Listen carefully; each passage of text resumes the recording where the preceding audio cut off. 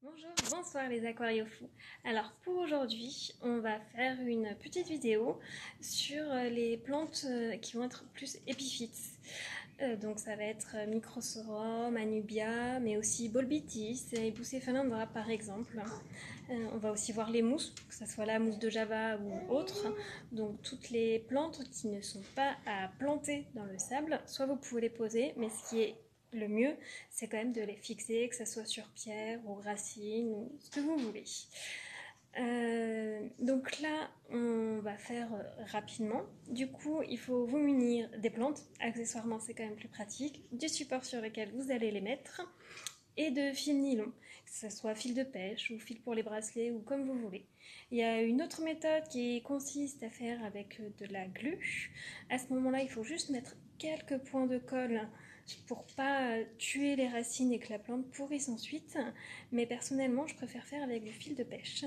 Donc je prépare tout ça, vous préparez tout ça et on se retrouve. Alors voilà, on se retrouve, tout est prêt. Donc ici, on a une Anubia nana. Voilà, tout mon petit machin. Une Anubia qui commence d'ailleurs à fleurir. Et la mousse de Java. Et ici, ma belle grosse racine que j'ai bien galéré à sortir de l'aquarium. Et du coup, le fil nylon, bon là j'ai mis la dose, hein, mais en fait je pique sur mes cannes à pêche. Donc je préfère prendre un gros bout une fois plutôt que m'embêter à redescendre à chaque fois, chercher un fil de canne à pêche.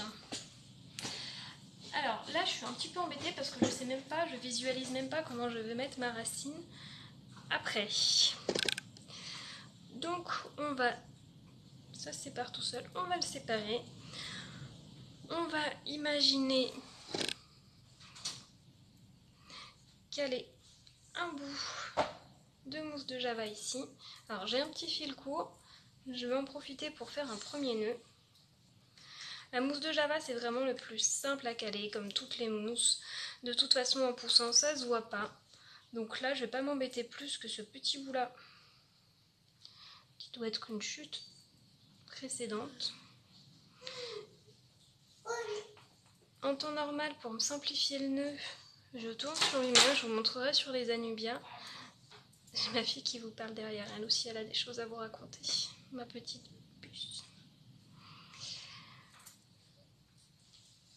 Donc là, voilà, tout simple et ça va tenir. Après vous pouvez passer, bloquer, comme vous voulez. Ça c'est vraiment le plus simple. La nubia, il faut réussir à la faire tenir sans pour autant casser les racines. Donc là, j'imagine que je vais la mettre, je sais pas comment, sûrement comme ça, dans ce sens-là, parce que j'aurais aussi pu la mettre dans ce sens-là.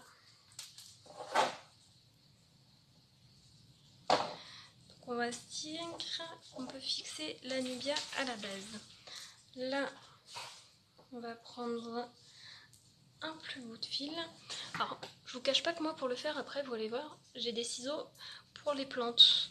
Mais si vous avez des ciseaux de cuisine ou n'importe quoi, comme ça marche aussi. Hein. Peu importe, tant que vous avez quelque chose pour couper après, avec les dents, ça fait quand même mal. Alors, je passe une première fois avant de fixer, comme ça j'essaye d'éviter d'écraser les feuilles.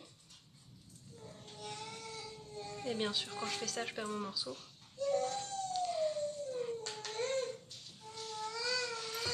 Et après je vais la passer une première fois.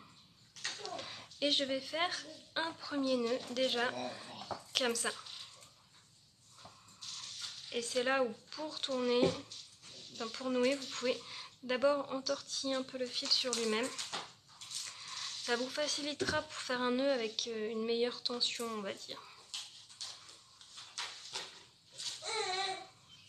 Je dis facilitera, hein, pas vous fera tout le travail.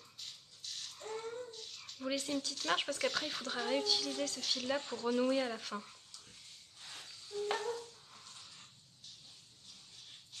Plus grande marge que ce que je viens de faire parce que là je vais galérer après. Je précise. Donc là ce que je vous montre c'est valable pour toutes les plantes épiphyte, donc avec les racines qui vont être à l'air libre. Si vous mettez dans le sable, ça va pourrir. Donc toutes les plantes de ce type-là, ça va être le même principe. Pas besoin de passer plein de fois. Je sais que vous voyez bien quand même. Surtout quand vous passez, esquivez les feuilles pour pas les écraser. Pas besoin de serrer trop non plus. Ça sert à rien. Après, elle va se faire ses racines et elle va s'accrocher elle-même. Le but, c'est vraiment de lui donner la base. Donc là, par exemple, hop, non, je vais écraser une feuille. Voilà, faut jouer, faut slalomer un peu entre. Et là, du coup, il faudrait que je retrouve mon morceau. Oui. Aïe, aïe, aïe. Et je le renoue à la base. Vous voyez, c'est pas très compliqué. Et avec un fil comme ça, ça se voit pas trop. Si vous voulez faire avec de la glu, comme je vous ai dit, vous pouvez, mais il faut vraiment faire quelques points. C'est surtout prendre de la cyanoacrylate, que ça soit bien marqué dessus, ce qui est généralement le cas des plupart de glu, pardon. Une grue, c'est pas vraiment la même chose. Donc on va bien prendre de la colle cyanoacrylate, surtout si vous le faites.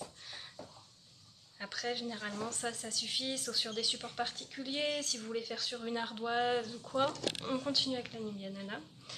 Donc sauf si vous voulez faire une ardoise qui est bien large, et là le fil risque de se voir.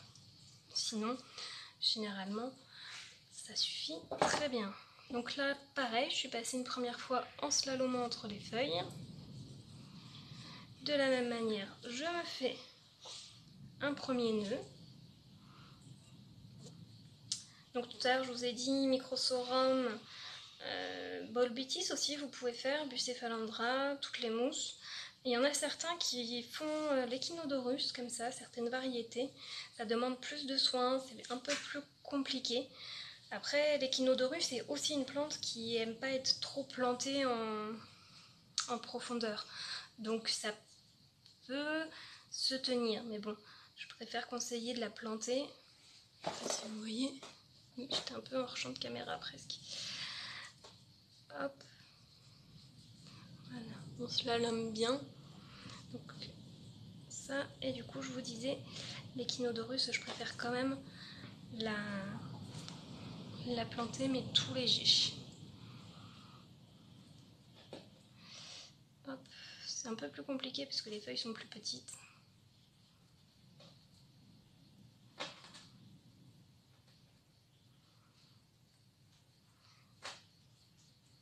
Et on retrouve le morceau de base pour refaire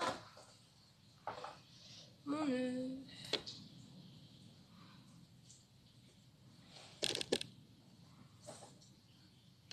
Je suis désolée, je dis plus rien.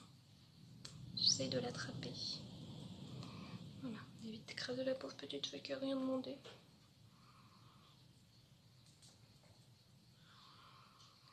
Et voilà, ça va être tout pour cette fois.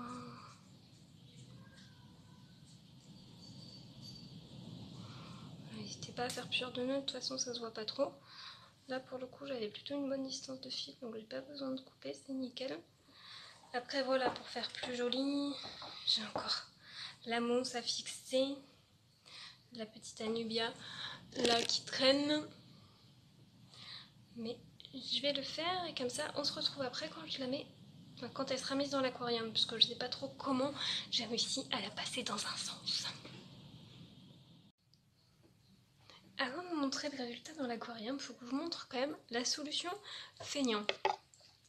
C'est-à-dire que quand ça tient, je vous cache pas que je vais pas m'embêter à fixer avec fil nylon ou autre. Alors je vais essayer de voir, voilà, vous voyez ici, j'ai un petit écart. Et je sais que si je fixe, hop, dans le sens, voilà, vous devriez voir comme ça. Si je fixe en écartant légèrement comme ça, je sais que mon petit bout d'Anubia là, qui était petit solitaire, il va tenir.